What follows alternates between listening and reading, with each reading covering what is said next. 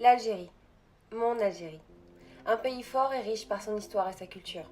Le pays a connu de belles évolutions depuis son indépendance il y a de cela 57 ans. En effet, il se place par exemple dans le top 5 des pays producteurs et exportateurs de gaz naturel et dans le top 15 pour le pétrole. Il est également un important acteur dans l'industrie agroalimentaire mondiale par sa richesse agricole. Et aujourd'hui, le pays ne cesse de toucher à d'autres secteurs tels que l'immobilier, le tourisme ou encore le divertissement. Tout cela laisserait à penser que le système ne soit pas moins démocratique qu'un autre. Mais comme dans de nombreux gouvernements, les promesses faites lors des élections et les campagnes politiques ne sont que rarement tenues, poussant ainsi les citoyens à subir l'injustice totale. La corruption, les trafics, l'harcèlement sexuel ont fait malheureusement longuement partie du quotidien de ce beau pays qu'est l'Algérie. Tout ça à cause de qui ?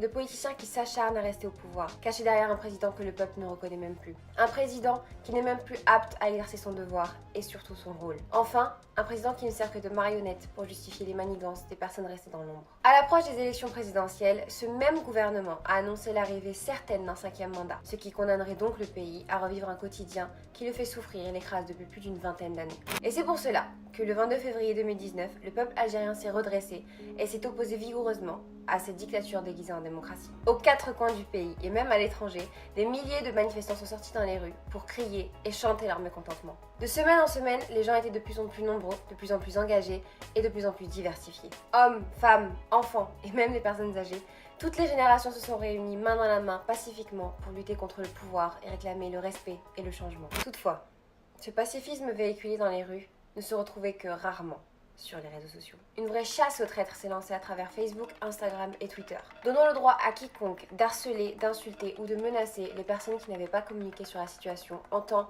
et en heure, celles qui n'étaient pas sorties manifester ou encore celles qui travaillaient ou étudiaient pendant les manifestations. L'ère était à la censure, le lynchage et l'hypocrisie.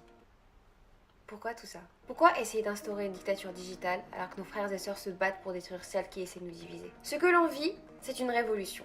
Alors pourquoi vouloir la gâcher avec « Pourquoi t'as pas fait de story ? Pourquoi t'as pas pris de photos ? Je me désabonne parce que tu refuses de parler de ton pays. » Je me place pas en victime ici, mais je profite juste de la place que j'ai sur internet pour vous dire que si vous vous êtes reconnu dans ces propos, alors ne pensez-vous pas que vous gaspillez votre temps, énergie et celle des autres ? Je vous en supplie, utilisez cette énergie de manière pacifique, car c'est en ne faisant qu'un que l'on vaincra. Finalement, l'Algérie, mon Algérie, un pays surtout riche par son peuple. Un peuple fier et courageux. Un peuple qui est passé par bien des événements sanglants et traumatisants ces derniers siècles, mais qui a toujours su se relever et vaincre l'ennemi. Une victoire qui veut revivre aujourd'hui face à son bourreau, l'État. Alors rendons fiers les hommes et les femmes qui se sont soulevés et ont combattu dans le sang jusqu'au 5 juillet 1962, date marquant la première indépendance de l'Algérie. Première car oui, aujourd'hui nous sommes prêts à la regagner et à recevoir enfin le respect qui nous est dû. Tout ce que l'on souhaite, c'est la démocratie, la vraie.